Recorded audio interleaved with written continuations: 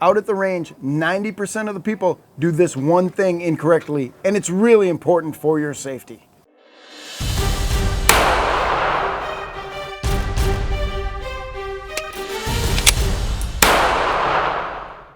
All right, folks, I got a pair of these Howard Light foamy earplugs, and I'm talking to the representative from Howard Light when we were out at the range, and he tells me that, yep, foam earplugs work the best. They provide the most hearing protection, but you got to use them correctly, and 90% of the people don't use them correctly. So we'll rip this open for you, and I'll show you the proper way to insert your foam earplug to make sure that you are getting the best hearing protection possible. First, take the earplug and roll it between your thumb and forefinger. Get that as small as you can get it. Roll it right down in there.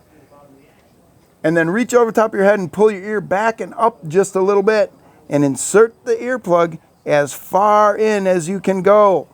And then hold it there for about 10-15 seconds. Actually, I can feel it swelling up in my ear right now, and it's in place. And here's the most important thing. When you're looking at somebody who is wearing foam earplugs, you shouldn't be able to see the foam earplugs sticking out of their ear. Okay? So you got to get that in there deeply, and you got to let it open up to stop the sound, stop the damage to your ear. Because remember, hearing loss is permanent and cumulative. You never get it back. So folks, remember, eyes and ears at all times on the range, and use your hearing protection properly to make sure that you're getting the most protection you can. Let's keep this conversation going. Tell me what kind of hearing protection you use at the range and why you like it.